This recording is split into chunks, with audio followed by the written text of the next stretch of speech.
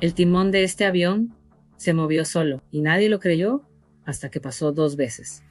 Bueno, 1991, United 585 Colorado Springs, un Boeing 737 cae en picada sin razón aparente. 25 muertos. Investigadores culpan al viento en caso cerrado. 1994, USAIR 427.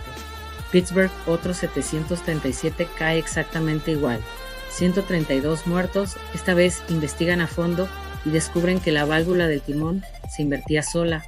Boeing tardó años en aceptarlo. 157 personas murieron porque la primera vez nadie buscó la causa real. ¿Cuántas tragedias se necesitan para encontrar la verdad? Parte 5, pronto.